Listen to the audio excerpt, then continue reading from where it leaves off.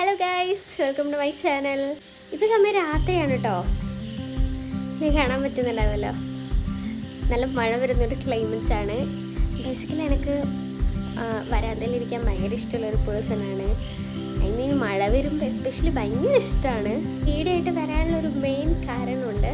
ഇന്ന് ഞാൻ നിങ്ങൾക്ക് ഒരു സിമ്പിൾ ആൻഡ് ഈസി ആയിട്ടുള്ള ഒരു കറി നിങ്ങൾക്ക് വേണ്ടിയിട്ട് ഞാൻ ഇൻട്രൊഡ്യൂസ് ചെയ്യാൻ പോവാണ്. കൂടുതൽ പേർക്കും അറിയാവുന്ന കറി തന്നെയായിരിക്കും. അപ്പോൾ ഇതിന് പിറകിലൊരു സ്റ്റോറി ഉണ്ട്, പറയാം. പ്ലസ് ടുവിന് ശേഷം ഫുള്ള് എൻ്റെ ബി.എഡ് ലൈഫ് വരെ ഞാൻ ഹോസ്റ്റലിൽ നിന്നൊരു ആളാണ്. ഇന്ന് നോക്കുകയാണെന്നുണ്ടെങ്കിൽ എൻ്റെ ഡിഗ്രി, എൻ്റെ PG ലൈഫ് ഒക്കെ തന്നെ അറിയാലോ, ഹോസ്റ്റൽ ഫുഡ് ഒക്കെ കഴിച്ചിട്ട് വളർന്ന ഒരാളാണ്. അപ്പോൾ ബേസിക്കലി പറയുകയാണെന്നുണ്ടെങ്കിൽ വീട്ടിലില്ല, മെയിനായിട്ട് വീട്ടിലുണ്ടാവാറില്ല. എൻ്റെ ഡിഗ്രി PGക്ക് ശേഷമാണ് ഞാൻ B.Ed കോഴ്സിലേക്ക് പോകുന്നത്. B.Ed എനിക്ക് കിട്ടിയത് തൃശ്ശൂരായിരുന്നു. അപ്പോൾ ഒരിക്കലും എക്സ്പെക്റ്റ് ചെയ്യാത്തൊരു സ്ഥലത്തായിരുന്നു എനിക്ക് കിട്ടിയിരുന്നത്. അതുപോലെ തന്നെ എൻ്റെ ഹോസ്റ്റൽ ലൈഫ് എന്ന് പറയാൻ, ഞാൻ ഡിഗ്രി PG വെച്ച് നോക്കുമ്പോൾ നമുക്കവിടെ മെസ്സ് കാര്യങ്ങളുണ്ട്, ഫുഡുണ്ട്, ഒക്കെ ഉണ്ട്. വീട്ടിൽ നിന്ന് ഒരു തരത്തിലും എന്താ പറയുക, കിച്ചണിൽ പോലും കയറാത്ത ഒരാളാണ് ഞാൻ. അതുകൊണ്ട് തന്നെ എന്തെങ്കിലും ചെറിയ രീതിയിൽ എനിക്ക് കുക്ക് ചെയ്യാൻ അറിയുന്നല്ലാണ്ട് വലിയ രീതിയിലൊന്നും കുക്ക് ചെയ്യാൻ എനിക്ക് അറിയില്ല. അങ്ങനെ ഞാൻ തൃശ്ശൂർ എത്തിപ്പെട്ടപ്പോൾ എൻ്റെ ഹോസ്റ്റലിൽ നമ്മൾ സ്വയം കുക്ക് ചെയ്യണം എന്നുള്ളൊരു ഓപ്ഷൻ വന്നു. ആദ്യമൊക്കെ നമ്മൾ അവിടുന്ന് ഒരു വീട്ടിൽ നിന്ന് നമുക്ക് കുക്ക് ചെയ്ത ഫുഡ് നമുക്ക് എത്തിച്ചേരുമായിരുന്നു. അപ്പോൾ അതിനൊക്കെ ഒരു മിനിറ്റ് കേട്ടോ, പറഞ്ഞല്ലോ, ഒരു വീട്ടിൽ നിന്ന് ഉണ്ടാക്കി കൊണ്ടുവരുന്നത്. ബേസിക്കലി അതൊരു ഹോട്ടൽ തന്നെയാണ്. അപ്പോൾ അവിടുന്ന് നമുക്ക് ഫുഡ് എത്തിച്ചേരാറാണ് പതിവ്. അപ്പോൾ അത്യാവശ്യം എമൗണ്ടൊക്കെ മന്ത്ലി നമുക്ക് വരുമായിരുന്നു. അങ്ങനെ ഇരിക്കുമ്പോഴാണ് എനിക്ക് അവിടുത്തെ ഫുഡ് തീരെ പറ്റാണ്ടായി. അതായത് ഓൾറെഡി എനിക്ക് വയറിനൊക്കെ ഭയങ്കര പ്രശ്നമുള്ള, ഈ അസിഡിറ്റി ഒക്കെ പ്രശ്നമുള്ള ആളാണ്. ഹോസ്റ്റലിൽ നിന്ന് ഒട്ടുമിക്ക ആൾക്കാർക്കും ഈ ഒരു പ്രശ്നം എന്തായാലും ഫേസ് ചെയ്യേണ്ടി വന്നിട്ടുണ്ടാകും. അങ്ങനെ ഒരാളാണ് ഞാൻ. നമ്മുടെ കൂടെയുള്ള നമ്മുടെ സീനിയേഴ്സ് ചേച്ചിമാരൊക്കെ കുക്ക് ചെയ്യുന്നുണ്ട്. അവിടെ തന്നെ നമുക്ക് ഗ്യാസും സ്റ്റവൊക്കെ നമുക്ക് അവിടെ അവൈലബിൾ ആണ്. അങ്ങനെ നമ്മളങ്ങനെ പതിയെ കുക്കിങ്ങിലോട്ട് വരാൻ തുടങ്ങി. അപ്പോൾ ഇന്ന് രാവിലെ എണീറ്റിട്ട് നമുക്ക് സിമ്പിളായിട്ടുള്ള ഈസി ആയിട്ടുള്ള ഫുഡ് ഉണ്ടാക്കുക എന്നുള്ളത് അത്ര എളുപ്പമില്ല. എനിക്കാണെങ്കിൽ രാവിലെ എപ്പോഴും എനിക്ക് പലഹാരം വേണം, അങ്ങനത്തെ ഒരു ടൈപ്പാണ്. അതായത് ബ്രേക്ക്ഫാസ്റ്റ്, ഈ കഞ്ഞിയൊന്നും കുടിച്ചിട്ട് എനിക്ക് ശരിയാവില്ല. പക്ഷേ സാഹചര്യം അങ്ങനെയാണെങ്കിൽ അതുമായിട്ട് ഞാൻ അഡാപ്റ്റ് ആവും, അങ്ങനത്തെ ഒരു പേഴ്സണാണ്. അപ്പോൾ അങ്ങനെ ഇരിക്കുകയാണ് നമുക്ക് കോളേജിൽ പോകുന്ന സമയത്ത് രാവിലത്തേക്ക് ബ്രേക്ക്ഫാസ്റ്റും ഉച്ചയ്ക്കുള്ള ഫുഡും കാര്യവും ഒക്കെ ഉണ്ടാക്കിയിട്ടാണ് ഞങ്ങൾ എല്ലാവരും പോവാറ്. എൻ്റെ റൂംമേറ്റ് റോസ്മേരി എനിക്ക് ഈ ഒരു കറി ഇൻട്രൊഡ്യൂസ് ചെയ്യുന്നത്. എൻ്റെ വീട്ടിൽ ഈ കറി ഉണ്ടാക്കാറുണ്ട്, പക്ഷേ ഈ ഒരു രീതിയിലല്ല എന്നുള്ളത് മാത്രം. പക്ഷേ ഈ കറി ഉണ്ടാക്കുന്നതുകൊണ്ടുള്ള ബെനിഫിറ്റ് എന്ന് പറഞ്ഞാൽ ഈ കറി 3 ദിവസത്തേക്ക് മോശമാവത്തില്ല. അതുകൊണ്ട് തന്നെ നമുക്ക് 3 ദിവസം നമുക്ക് കറീനെ പറ്റി ആലോചിക്കുകയേ വേണ്ട.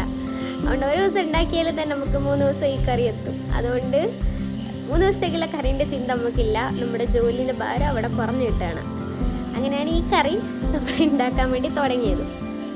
ഭയങ്കരമായിട്ട് ഭാരമായിട്ട് ഫീൽ ചെയ്യാന്ന് വെച്ചാൽ എക്സാമിൻ്റെ സമയത്ത് കുക്ക് ചെയ്യുക എന്നുള്ളത് പോസിബിളായിട്ടുള്ള കാര്യമല്ല. സെക്കൻഡ് സെം വരെ നമുക്ക് എക്സാം ഉണ്ടായിരുന്നു. First sem, second sem. ആ സമയത്ത് നമ്മൾ അവിടെ തന്നെയായിരുന്നു മേടിച്ചുകൊണ്ടിരുന്നത് ഭക്ഷണം. തേർഡ് സെമ്മിൽ പിന്നെ നമുക്ക് എക്സാം ഇല്ല, വൈവയാണ്. ഫോർത്ത് സെമ്മിൽ വീണ്ടും വന്നപ്പോൾ വീണ്ടും അവിടെ തന്നെ വാങ്ങിക്കുക എന്നുള്ളത് പോസിബിളായിട്ടുള്ള ഒരു കാര്യമില്ല എന്നെ സംബന്ധിച്ച്. അതുകൊണ്ട് ഈ ഒരു കറി ഉണ്ടാക്കിയപ്പോൾ എനിക്ക് ഭയങ്കര എളുപ്പമായി. പറയുകയാണെന്നുണ്ടെങ്കിൽ ഈ സെം എക്സാമിൻ്റെ ടൈമിൽ ഞാൻ ഈ 1 മാസം മുന്നേ ഒന്ന് കുത്തിയിരുന്ന് പഠിക്കുന്ന ഒരു ടൈപ്പല്ല. ഈ തലേന്നൊക്കെ ആയിരിക്കും നമ്മൾ ഇരുന്ന് പഠിക്കുക, അല്ലെങ്കിൽ ഒരാഴ്ച മുന്നേയൊക്കെ ആയിരിക്കും നമ്മൾ ഈ എക്സാമിന് വേണ്ടിയിട്ട് പ്രിപ്പറേഷൻ സ്റ്റാർട്ട് ചെയ്യുക. അതുകൊണ്ട് തന്നെ നമുക്ക് ഭയങ്കര ഒരു ബേർഡനായിട്ട് ഫീൽ ചെയ്യും. അങ്ങനെയൊന്നും ദയവ് ചെയ്ത് ആരും ചെയ്യരുത്. അതായത് ഈ സമയത്ത് കുക്കിംഗ് കൂടെ ഉണ്ടെങ്കിലോ അത് നിങ്ങൾ ആലോചിച്ച് നോക്കുക. അപ്പോൾ കുക്കിംഗ് കൂടി ഉണ്ടെങ്കിൽ കാര്യങ്ങൾ വളരെ ബുദ്ധിമുട്ടാവുമല്ലോ. അപ്പോൾ ഇങ്ങനെ ഇരിക്കുന്ന സമയത്താണ് ഈ ഒരു കറി എനിക്ക് ഭയങ്കര യൂസ്ഫുൾ ആയത്. അപ്പോൾ ഇങ്ങനെ ഇതുപോലെ ഹോസ്റ്റലൊക്കെ കുക്ക് ചെയ്യുന്ന ആൾക്കാരുണ്ടെങ്കിൽ, ഇങ്ങനെ തനിച്ച് ഇതുപോലെ ജോലിയും പഠിത്തവും കാര്യങ്ങളുടെ ഇടയിലും ഇങ്ങനെ കുക്ക് ചെയ്യേണ്ടി വരുന്ന ആൾക്കാർക്കാണെങ്കിൽ ഇതുപോലെ ചോറിനൊക്കെ കൂട്ടാൻ പറ്റുന്ന ഒരു സിമ്പിൾ റെസിപ്പിയാണ്. മാത്രമല്ല നിങ്ങൾക്കൊരു 3 ദിവസം ഒക്കെ നിങ്ങൾക്ക് സ്റ്റോർ ചെയ്തിട്ട് ഒന്നും ചെയ്യണ്ട, ചൂടാക്കേണ്ട ആവശ്യമൊന്നുമില്ല. എല്ലാവരും അറിയുന്നുണ്ടാവും. ഇപ്പം ഞാൻ പറഞ്ഞു തരുമ്പോൾ നിങ്ങൾക്ക് ഏകദേശം മനസ്സിലായിട്ടുണ്ട്. അപ്പം ഞാൻ നിങ്ങൾക്ക് കാണിച്ചു തരാം.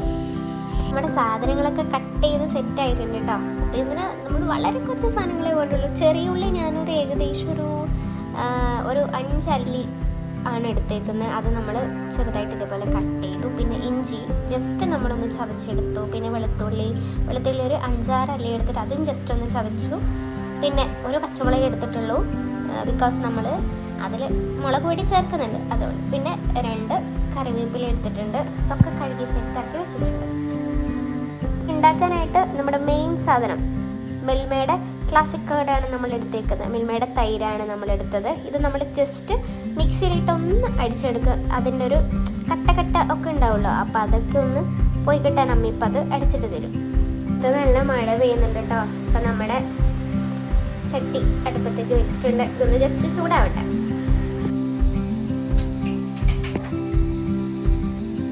നമ്മളിത് അതിൻ്റെ അകത്തേക്ക് എണ്ണ ഒഴിച്ച് ഉലുവയും കടുകൊക്കെ ഇട്ടിട്ടുണ്ട്. ഇതൊന്ന് പൊട്ടി വരണം.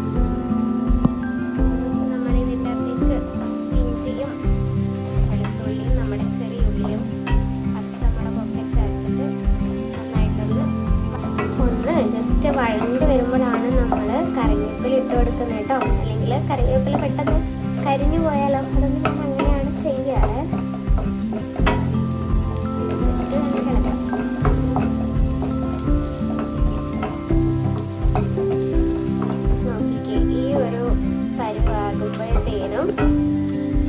ഇതിൻ്റെ അകത്തേക്ക് മഞ്ഞൾപ്പൊടിയും മുളക് പൊടിയും ഇച്ചിരി ഒരു സ്പൂണാണെങ്കിൽ 1 സ്പൂൺ മഞ്ഞൾപ്പൊടിയും 1 സ്പൂൺ തന്നെ മുളക് പൊടിയും ഇട്ടിട്ട് നന്നായിട്ട് വഴറ്റാം. മഞ്ഞൾപ്പൊടി അധികം കൂടാൻ പാടില്ല.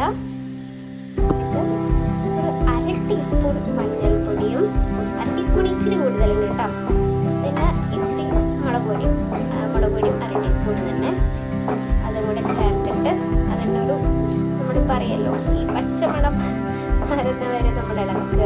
ആ ഒരു രീതിയിൽ നമ്മൾ ഇളക്കി കൊടുക്കുന്നുണ്ട്. നമ്മുടെ ഇതിൻ്റെ അകത്തേക്ക് നമ്മുടെ നേരത്തെ എടുത്തു വെച്ച നമ്മുടെ തൈരോ മോരോ, തൈരാണെങ്കിൽ നമ്മൾ ഒന്ന് മിക്സിയിൽ ജസ്റ്റ് അടിച്ചെടുക്കുന്നതായിരിക്കും നല്ലത്. അതിൻ്റെ ഒരു കട്ടയൊക്കെ മാറാൻ വേണ്ടിയിട്ട്. മോരാണെങ്കിൽ അതും ചേർക്കാം കേട്ടോ. അപ്പം ഇത് നമ്മൾ ഇളക്കിക്കൊണ്ടേയിരിക്കണം. അതായത് തിള വരാൻ പാടില്ല. അത് തിളക്കുന്നതിന് മുന്നേ തന്നെ നമ്മൾ ഇതിന് പാകത്തിനുള്ള ഉപ്പ് ചേർത്തിട്ട് നമ്മൾ കറി ഓഫ് ചെയ്ത് വെക്കണേ. അതാണ് ഇതിൻ്റെ ഒരു രീതി.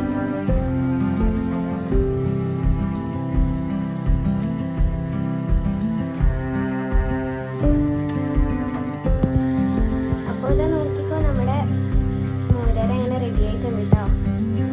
സൂപ്പറായിട്ടുള്ള ആവി പറക്കുന്ന മോരുകറിയും നല്ല ചൂടും ഇതിലൊക്കെ വറുത്തതും കൂടി ഉണ്ടെങ്കിൽ അടിപൊളി കേട്ടോ. എല്ലാവരും നമ്മുടെ മോരുകറി ട്രൈ ചെയ്തിട്ട് നിങ്ങളുടെ അഭിപ്രായങ്ങളൊക്കെ അറിയിക്കാം കേട്ടോ. അപ്പം അടുത്ത വീഡിയോ ആയിട്ട് നമുക്ക് വേറെ ദിവസം കാണാം.